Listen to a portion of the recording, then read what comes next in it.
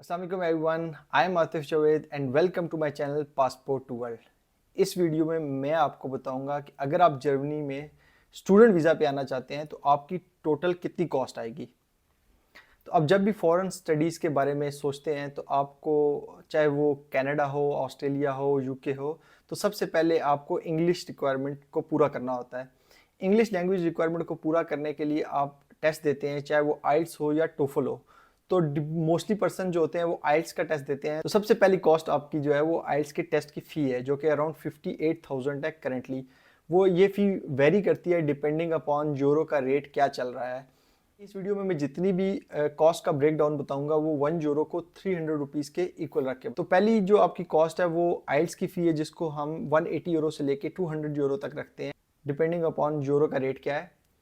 अब आप आइल्स दे चुके हैं, अब आप यूनिवर्सिटी की रिक्वायरमेंट्स को पूरा करेंगे, अपने डॉक्यूमेंट्स को पूरा करेंगे। आप किस यूनिवर्सिटी के अंदर अप्लाई करें, किस प्रोग्राम के अंदर अप्लाई करें, आपको रिमेनिंग डॉक्यूमेंट्स की क्या ज़रूरत है। अब जब वो प्रिपेयर करेंगे, प्रिपेयर करने के बाद आपने यूनिवर्सिटी के अंदर अप्लाई करना है। अब जर्मनी के अंदर यूनिवर्सिटी में अप्लाई करने की एक एप्लीकेशन फ़ी होती है। कुछ यूनिवर्सिटी की एप्लीकेशन फ़ी नहीं भी होती, आपको वो सर्च आउट करना है, आप उस यूनिवर्सिटीज़ में भी अप्लाई करें। तो जो एप्लीकेशन फ़ी होती है उसके लिए भी 3 डिफरेंट मेथड्स होते हैं यूनिवर्सिटी में अप्लाई करने के, डिपेंडिंग अपॉन के यूनिवर्सिटी कौन से मेथड्स के थ्रू एप्लीकेशन एक्सेप्ट करती है। पहला मेथड वो यूनिसिस्ट के थ्रू है, दूसरा डायरेक्टली यूनिवर्सिटी के पोर्टल पे एडमिशन अप्लाई होता है, और तीसरा वीपीडी है। अगर हम यूनिसिस्ट को कंसिडर करें तो यूनिसिस्ट आपसे पहली एप्लीकेशन फ़ी जो है वो 75 यूरो लेती है। उसके बाद अगर आप सेकंड एप्लीकेशन देंगे तो 30 यूरो एंड सो ऑन। अगर हम एज्यूम करें कि आप 3 यूनिवर्सिटी के अंदर अप्लाई करेंगे तो टोटल जो आपकी फ़ी होगी वो अराउंड 135 यूरो के करीब होगी। यूनिसिस्ट में अप्लाई करने के बाद आपको यूनिसिस्ट को फिजिकली डॉक्यूमेंट्स भी सेंड करने होते हैं। उसके लिए आपको किसी कोरियर सर्विस की ज़रूरत होती है। तो डोरेंट पैकेज होता है, उसके अराउंड 6,000 फीस है, जो कि 20 यूरो बनती है, तो आपकी फ़ी होगी। फिर उसके बाद जब आपका एडमिशन हो जाता है, अब आपने एम्बेसी के अंदर वीज़ा अप्लाई करना है। वीज़ा अप्लाई करने से पहले डिपेंडिंग अपॉन, अगर आप मास्टर्स के लिए अप्लाई कर रहे हैं तो आपको अपनी डिग्री को, बैचलर्स की डिग्री और ट्रांसक्रिप्ट को टेस्ट करवाना पड़ता है। अगर आप फॉर एग्जाम्पल बैचलर्स के लिए अप्लाई कर रहे हैं तो आपको एफएससी की डिग्री और ट्रांसक्रिप्ट को टेस्ट करवाना पड़ेगा। इसकी एक फ़ी होती है जो कि अराउंड 10 यूरो होती है।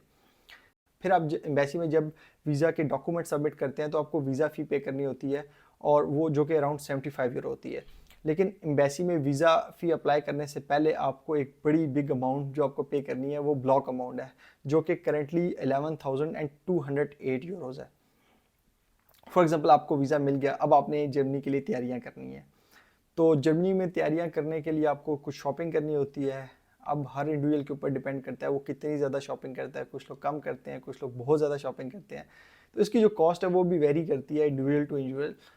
वो करेंटली 100 यूरो से लेके 150 यूरो तक आपकी कॉस्ट हो सकती है। अब आपके पास शॉपिंग भी रेडी है, अब अपने जर्मनी फ्लाई करना है। तो फ्लाई करने के लिए जो आपकी टोटल कॉस्ट होगी वो अगेन डिपेंड करता है कि आप किस सिटी से फ्लाई कर रहे हैं और किस सिटी के अंदर जा रहे हैं। इसकी भी जो कॉस्ट है वो 500 यूरो से लेके 700 यूरो तक होती है। जब आप जर्मनी के लिए आते हैं तो इनिशियली आप कुछ मनी कैरी करते हैं। ये जो मनी कैरी होती है ये इसलिए होती है क्योंकि जब आप ब्लॉक अमाउंट आने में आपको अराउंड 4 to 5 वीक्स लग जाते हैं, क्योंकि आप यहाँ पे आते हैं, अपना बैंक अकाउंट खुलवाते हैं, बैंक अकाउंट को एक्टिवेट होने में टाइम लगता है, फिर ब्लॉक अमाउंट आने में भी टाइम लगता है। और इस दौरान आपको अपनी रूम की जो है वो रेंट देना होता है, डिपॉजिट देना होता है। और ये जो रेंट और डिपॉजिट है ये डिपेंड करता है, अगर आप स्मॉल टाउन के अंदर आ रहे हैं तो ये कम होता है, बड़े सिटीज़ के अंदर आ रहे हैं तो ये ज़्यादा होता है। तो डिपेंडिंग अपॉन दीज फैक्टर्स आप अराउंड 700 यूरो से लेके 900 यूरो तक कैरी करते हैं अपने साथ। अगर आप इन सब कॉस्ट को कैलकुलेट कर लें तो आपको 38 लाख से लेके 42 लाख तक इनिशियल अमाउंट चाहिए होती है जर्मनी आने तक। जर्मनी आने से पहले आप 3 to 4 लाख को कम कर लें।